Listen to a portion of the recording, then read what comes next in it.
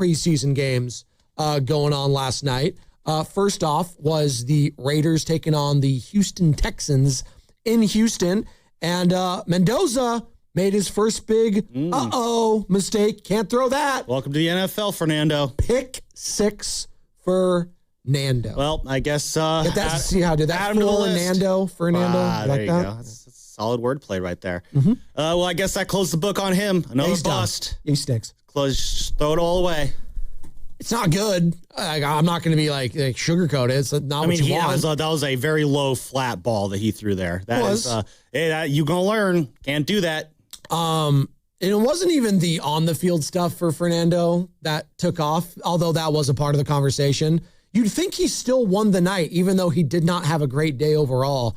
It was what he was saying after the broadcast when he was interviewed by Laura Rutledge of ESPN, because it was a makeshift Monday Night Football on a Thursday broadcast. Yeah, on a Thursday. I think that's like their preseason preview is Buck and Aikman, and they're getting all like they're in their preseason too, crossing their T's, dotting their I's, doing all that sort of stuff.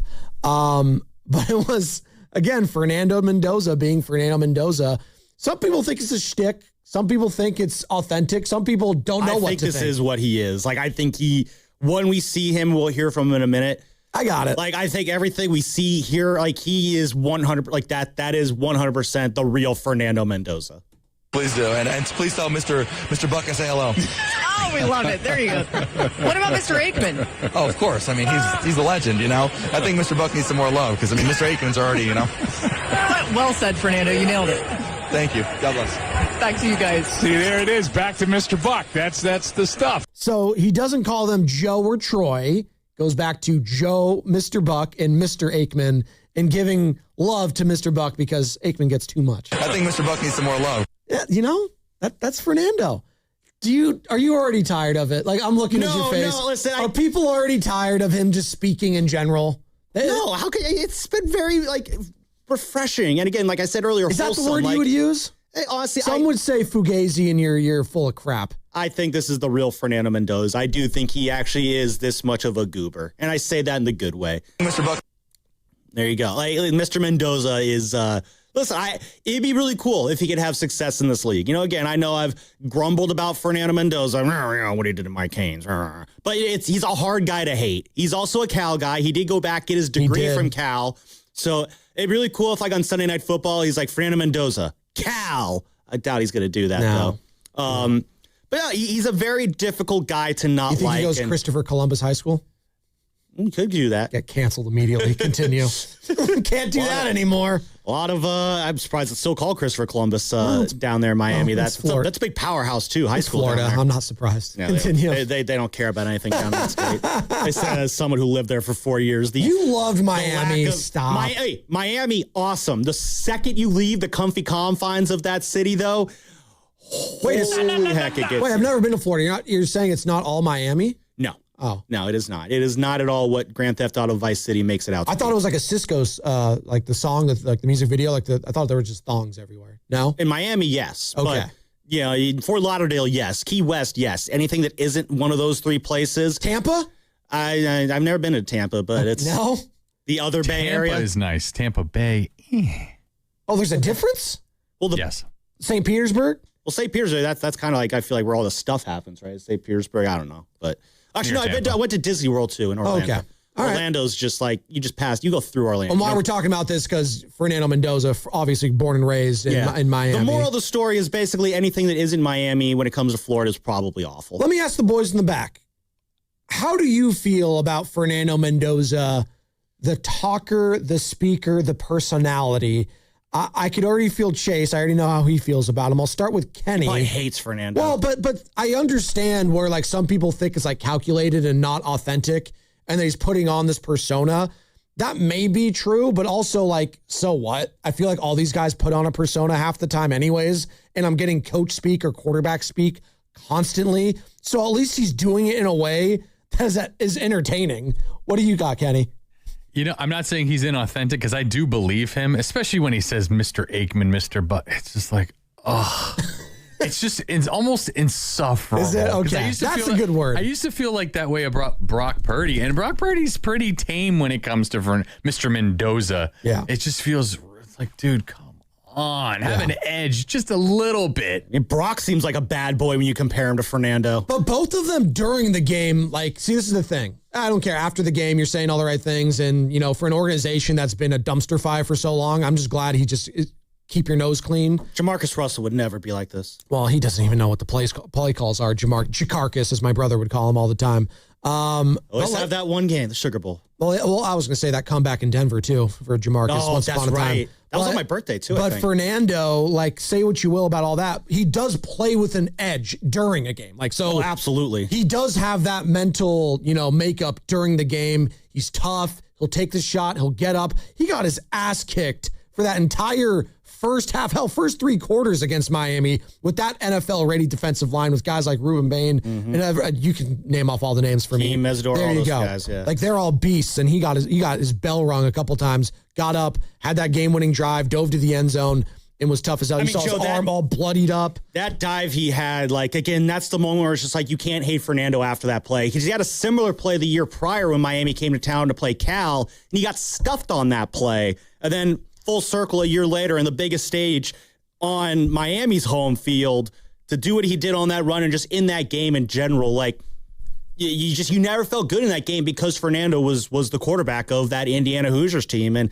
again, like I said, he speaks. He's an incredibly difficult guy to not like. I think Mr. Buck needs some more love. Well, I'm going to go to a guy that, as we've established on the show, doesn't like a lot, and I don't think he likes Fernando Mendoza. Chase?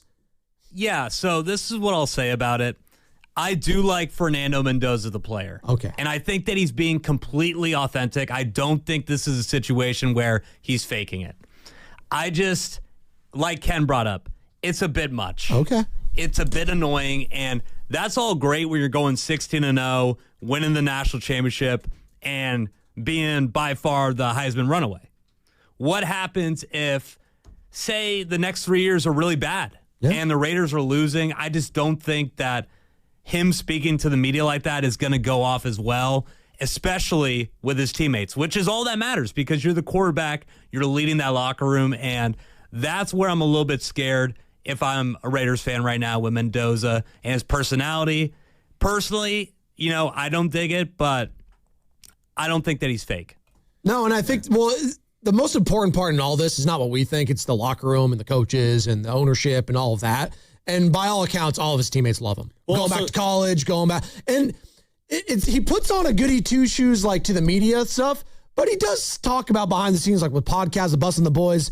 He partied a little bit in college. He got after it. He had a soda one time. Yeah, no, he's not afraid to, have some fun. But the way he speaks would make it seem like that time he stayed up past 10 o'clock. Yeah, exactly. That's what he gives off is that guy. Ooh. And we've all had that friend growing up like Fernando Mendoza, have we not? We've all had that friend. I did not have that friend. Oh, that's fine. Okay. I did. There's a lot of different, I was also, a social butterfly, so I was friends with everyone. That's just me by nature. I'm Italian. I got 9 brothers and sisters, very outgoing person. It's probably why I'm a radio host now talking to all of you Monday through Friday for 4 hours. But I'm open to all different types of friends, the cool kids, the nerds, whatever. Fernando was probably that guy in between that was top of the class, nerdy, and yet still going to prom, playing football. Fernando was that kid who at the end of the class was like, teacher, you forgot to collect the homework. Oh, that is the worst. That is why would you remind them sort of his things?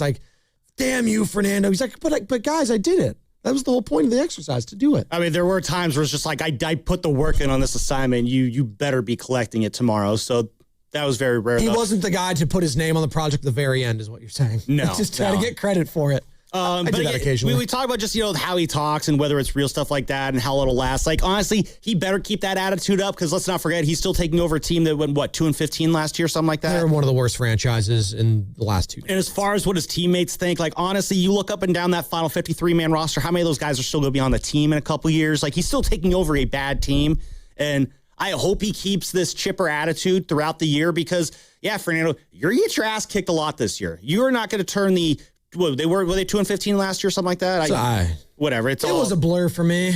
You're taking over a very, very bad football team. You're probably not going to be a playoff team this year. So go out on a limb. I don't think the Raiders are a playoff team. Is that a hot take? You guys remember who the head coach was last year of the Raiders? Exactly. Pete Carroll. Yep. Their offensive coordinator was Chip Kelly. And They're paying him too, aren't they? They pay him like $10 million or something. Sam, they're paying a bunch of coaches. They're probably still paying John Gruden. I think they are actually still paying John Gruden. Yeah, they might be. That's not a might be. I think that's just a Antonio fact. Pierce, Rich Bisaccia. Let's keep going down the list. It's been awful there. So Sachi was the one that got maybe away. they needed to go They in were a 3 and different 14 direction last year. So no, they're going to have a rough year this year, and part of setting a new culture for this Raiders team going forward, so they can stop being the Raiders that you and I grew up suffering through, Joe, is Fernando's going to have to lead a culture change. And maybe I'm not going to say the Raiders can become the goody two-shoes franchise of the NFL. That would be completely against their brand. I don't think you can be if you play in Vegas. No. Yeah, you can't be viewed that way. But it's going to be a rough year. And yeah, he's going to have to keep a smile on his face this year. And I think he's equipped to do it. So he'll take his lumps and grow better as a quarterback.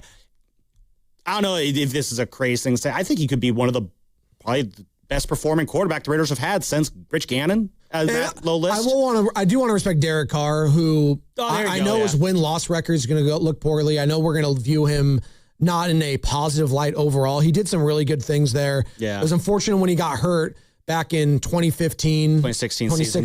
That season sucked. It's broke. I remember listening to that in the moment. Greg Papa, man. Yeah, and that was a trap we used a lot back then. It's true. And, unfortunately, it felt like he was never the same player after that. He wasn't. He was skittish after that. That was when you started seeing throwing the ball out of the back of the end zone on 4th down. I think that was the last pass he threw at the Coliseum. Yeah. Was 4th and goal, and he chucks out of the back of the end zone against the Jaguars. And it was just like, what are you doing, Derek? It was just, you only had the one playoff start, too, after all that, against Cincinnati. And they had an opportunity to win the game towards the end there. And what did the Bengals end up doing? Going all the way to the Super Bowl, taking on the Rams that season. That was his only ever playoff action. That's the only action that Max Crosby's had, too, I know. in the playoffs. So can Fernando have a better career than Derek Carr? Like, I certainly think that's the bar right now. I mean, what? The other bar is Jason Campbell. So, it's true. But no, I mean, can Fernando be better than Derek Carr? I think it's certainly possible.